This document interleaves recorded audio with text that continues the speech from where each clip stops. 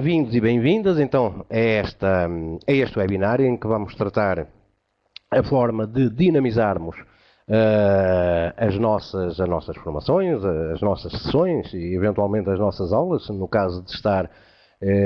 presente alguém ligado à docência. E nesta perspectiva eu começaria por dizer que nós devemos encarar a aprendizagem como um ato voluntário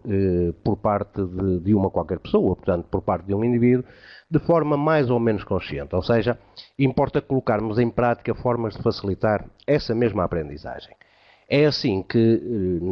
no contexto formativo, no contexto educacional, para que aconteça uma aprendizagem de forma mais efetiva e eficaz, dentro daquilo que é possível, obviamente, devemos recorrer a metodologias, neste caso aos métodos pedagógicos, e que de alguma forma temos à nossa disposição e que consideramos serem os mais adequados e pertinentes até para cada situação diretamente relacionada com o ensino-aprendizagem. Para que possamos operacionalizar estes métodos, temos então também as chamadas técnicas pedagógicas, ou seja, que não é mais, como sabem, um conjunto de atitudes, procedimentos e atuações que nós, formadores, ou qualquer um dos formadores, adota para utilizar corretamente os diversos instrumentos de formação que dispõe, o que será a mesma coisa que nós dizermos então, que são as táticas que nós utilizamos para pôr em prática as estratégias que delineamos. Desta forma, o que é que vamos conseguir? Vamos conseguir ativar no formando fatores condicionantes para o desenvolvimento da aprendizagem, nomeadamente a atenção, a percepção e, obviamente, a memória. Ou seja, quando estes fatores não se encontram estimulados, nós dificilmente poderemos falar em aprendizagem. Portanto, é necessário que tenhamos que estimular órgãos sensoriais por forma a que nós tenhamos um grupo de formação e tenhamos também as pessoas de forma mais individualizada, centradas na formação, disponíveis para a formação, disponíveis para aprender. Abordaremos ainda mais à frente o conceito agora da nova formação, também designada a formação à distância, e também vamos tocar aqui um pouco nas atividades outdoor que hoje estão muito em moda. Mas, nesta perspectiva, então o que é que nós temos? Como sabem, nós temos 4 métodos à nossa disposição, tanto o expositivo, o interrogativo, temos também os métodos ativos e os métodos demonstrativos, e obviamente que em termos de eficácia, em termos daquilo que é a passagem para as pessoas, o método demonstrativo é aquele que obviamente se realça por todos estes factos e também, obviamente, os métodos ativos que fazem depois a ligação com as técnicas pedagógicas. É evidente que em algumas circunstâncias perguntar-me-iam, mas como é que eu vou utilizar o método demonstrativo se a minha formação é meramente expositiva e eu não tenho outra possibilidade que não a utilização de um método expositivo? Pois aqui o que é que nós chamamos a atenção é que deixemos cair o tradicionalismo do método expositivo, ou seja, criarmos condições para que as pessoas não adormeçam, as pessoas não se cansem, as pessoas não comecem a bocejar e a determinada altura, desligarem-se da sala em termos mentais para ficarem apenas em termos físicos. Então, o que é necessário que nós façamos? É necessário que nós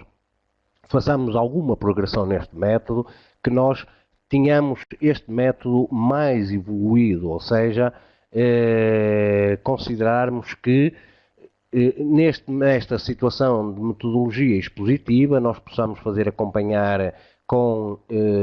slides mais ou menos dinâmicos, que possamos fazer a apresentação de vídeos, pequenos vídeos demonstrativos daquilo que estamos a acabar de dizer,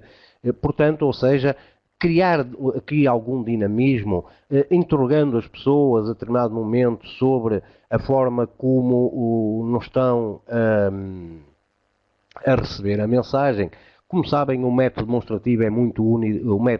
expositivo é muito unidirecional,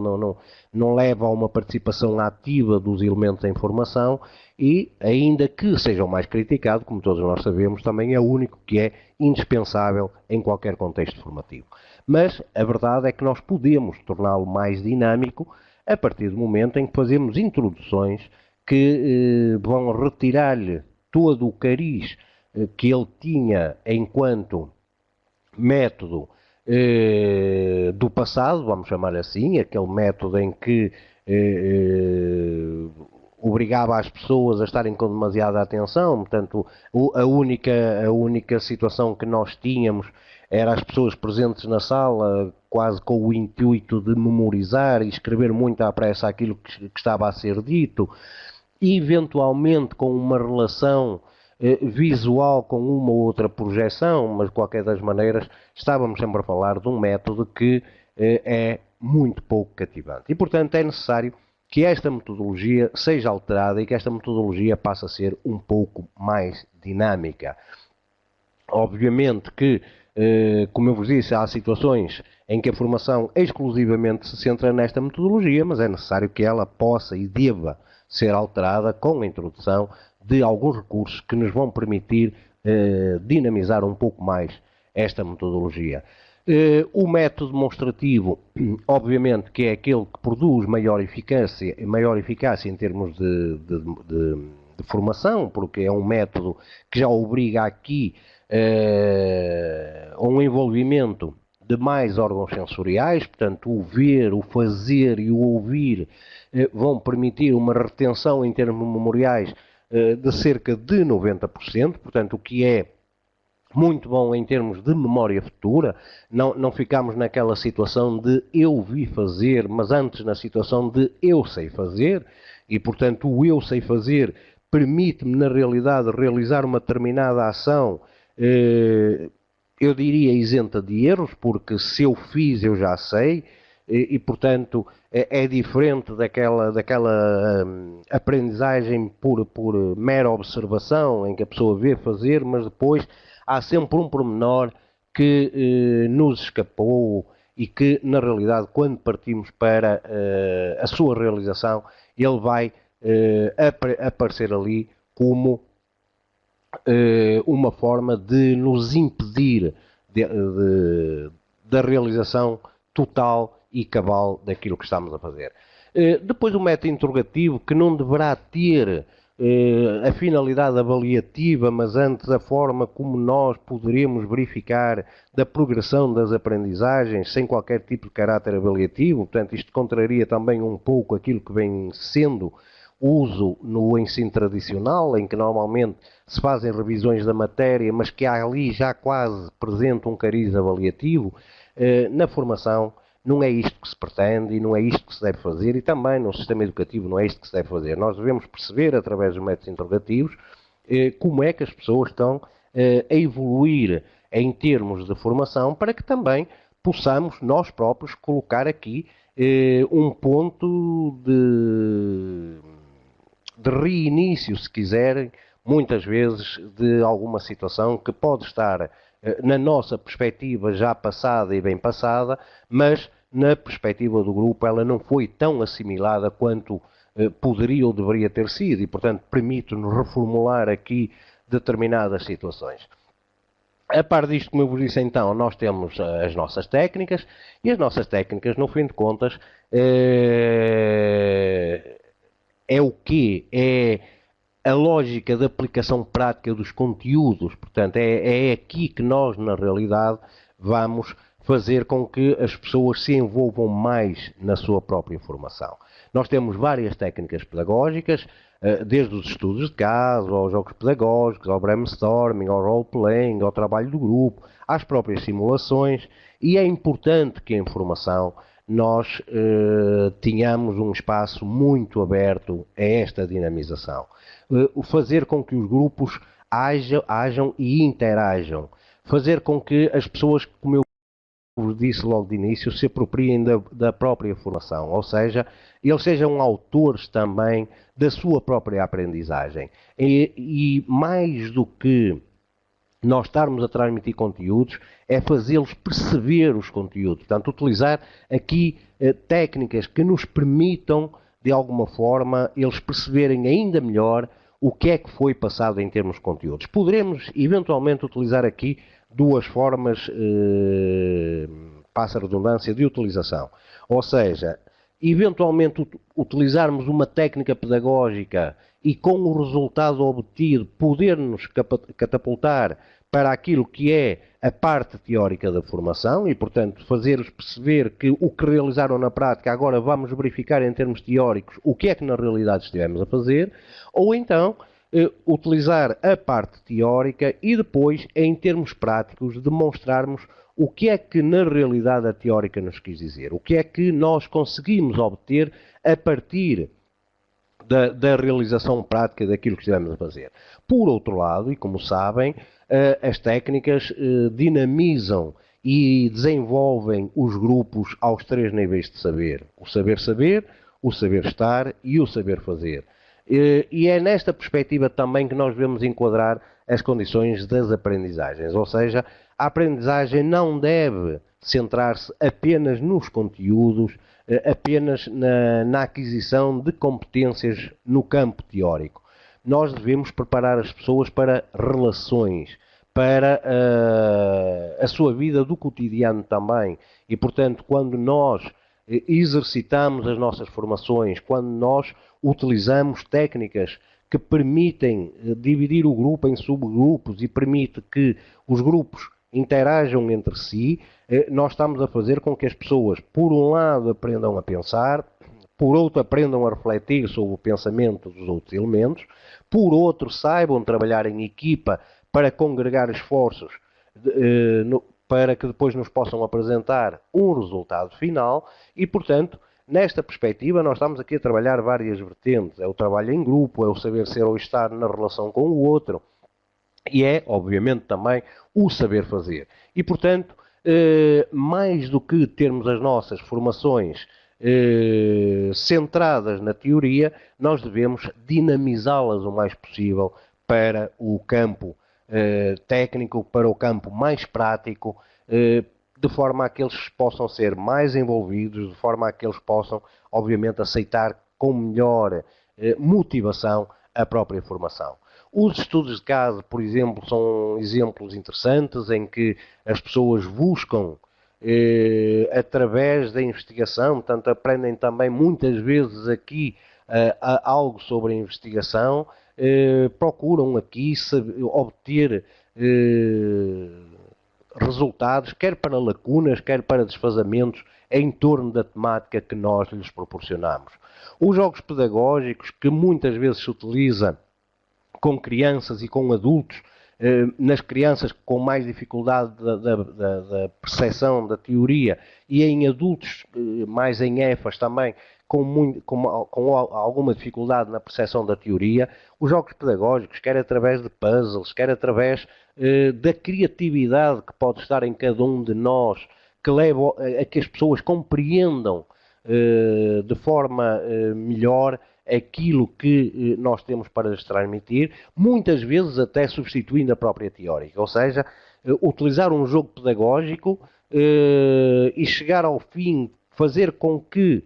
os elementos de informação, eles próprios nos deem a resposta daquilo que estávamos a fazer, estamos a utilizar até um princípio que a Ausubel nos traz, que é a aprendizagem por descoberta, ou seja, nós não lhe estarmos a dar o resultado, ir dando dicas ao longo do jogo pedagógico e as pessoas por elas próprias chegarem à sua conclusão e, portanto, fazermos aqui também esta dinamização. Depois utilizamos muito também os role-playings que têm a ver com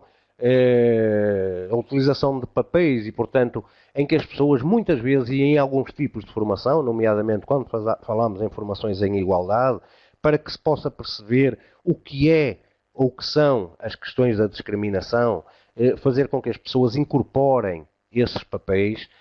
e que depois possam perceber o que é, por exemplo, ser vítima de uma discriminação. Quando a pessoa incorpora esse papel, tem uma noção mais real do que é sentir na pele todos os efeitos que ocorrem em pessoas que são diferentes, quer elas sejam pelo aspecto cultural, quer elas sejam pelo aspecto étnico, religioso ou político, ou quer que seja. Portanto, o role-playing tem esta função de nos colocarmos no lugar do outro e percebermos, na realidade, o que é que o outro sente em determinadas situações. E, portanto, o role-playing é muito bem visto no campo formativo, é mais uma forma do que, em termos teóricos, nós estamos a falar sobre o que é estereótipo, o que é preconceito, o que é discriminação, o que são as questões da igualdade, etc. Teatralizar, dramatizar, se quiserem, portanto, este jogo de papéis que é o role-playing, as pessoas entendem muito melhor, vão muito mais ao fundo, vão muito mais à cerne da questão. Depois, obviamente, também pedir às pessoas que nos apresentem em contexto semelhante com o real aquilo que na realidade aprenderam, e aqui estamos a falar das simulações, onde as pessoas podem, por si próprios, verificar que erros é que cometeram, que performance é que tiveram. O que é importante é que as nossas formações sejam eminentemente práticas, ou seja, que nós deixemos cair aquilo que é a aprendizagem na base das teorias. Envolver as pessoas na sua própria formação, fazer com que elas tomem o projeto como seu, um projeto de evolução, um projeto de aquisição de competências, um projeto de requalificação até, mas que seja um projeto em que se sintam envolvidas. E para que isto ocorra, é necessário, obviamente, que nós tenhamos formações mais práticas, mais dinamizadas, mais motivadoras, porque, como sabem também, intrinsecamente, o ser humano é motivado pela curiosidade e, portanto, quando nós propomos atividades, as atividades têm algo de curioso que as pessoas querem desflorar nessa curiosidade, e ao quererem desflorar, elas envolvem-se, elas participam, elas praticam, tornam muito mais fáceis a formação e, por outro lado, tornam muito mais simples a sua própria aprendizagem. E, portanto, é importante então que nós tenhamos todos estes aspectos presentes connosco. Obviamente que eu disse-vos, quando nós falamos nestes aspectos, nós estamos a falar em contexto de sala, mas é importante também que nós saiamos, ou possamos sair das salas para um outro contexto e que hoje está muito a ser utilizado pelo impacto que está a ter nas pessoas e que são as chamadas atividades outdoor, ou seja, as atividades fora de sala, onde, obviamente, que nós percorremos com o grupo, em que o grupo vai ao contexto real, em que o grupo se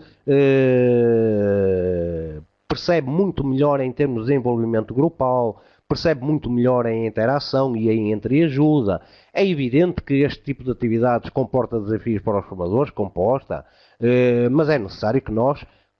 possamos conhecer o grupo, que é necessário que nós tenhamos já desenvolvido a atividade que vamos fazer para que o grupo, ante as dificuldades, nós tenhamos capacidade de resposta. É necessário que nós conheçamos a maturidade do grupo e a personalidade, também para que não haja aqui qualquer choque na realização da atividade. E, acima de tudo, que pensemos que a criatividade é o limite e que as atividades outdoor, sendo fora do contexto de sala, não devem servir para ser simples passeio. Devem ser atividades onde nós possamos, obviamente, desenvolver, mas tirar conclusões. No fim da atividade nós temos uma conclusão para tirar. E, portanto, se temos uma conclusão para tirar, ela não pode ser, nem deve ser para passear. Temos depois, então, a nossa modalidade e-learning, que não é ou não deve ser a migração de documentação para a plataforma, mas deve ser uma forma também de criativa de trabalharmos a plataforma, porque o que é que acontece na formação e-learning? As pessoas sentem-se mais sós, sentem-se mais isoladas, têm contactos muito poucos com quem está a tutoriar a formação e, portanto, pode haver aqui um constrangimento no aspecto de isolamento. Ora, nessa perspectiva, nós devemos ter materiais, temos que ter atividades que sejam dinâmicas, que sejam também elas capazes de produzir motivação nas pessoas, saber que não estão abandonadas pelo facto de não estarem presencialmente com um formador ou com uma formadora, mas que não é esse aspecto que retira a carga à formação. E, portanto, nesta perspectiva, é importante que nós olhamos também para a formação e-learning ou para a formação b-learning com olhos de olhar, ou seja, não colocar lá papéis e agora deixar que cada um dos elementos ande um pouco à deriva, mas sermos criativos, apelarmos a uma intervenção em função também daquilo que nós próprios lá colocamos e que promove e tem que promover a dinamização das formações. Portanto, é importante que as nossas formações sejam manifestamente dinamizadas, utilizando técnicas, não sermos escravos de nenhum método, procurando utilizar na maioria dos possíveis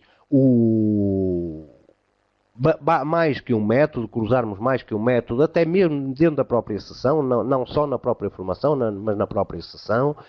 Quando trabalhamos, como eu vos disse, as atividades outdoor, sermos capazes de ir para o exterior convictos do que é que vamos fazer e da motivação do grupo, o grupo ir motivado para o exterior, fazer esta correlação entre o que é que foi dado em sala e o que é que eu vou visualizar no exterior, a atividade que eu vou realizar, como é que eu depois vou fazer a relação ou o relatório, se quiserem, desta atividade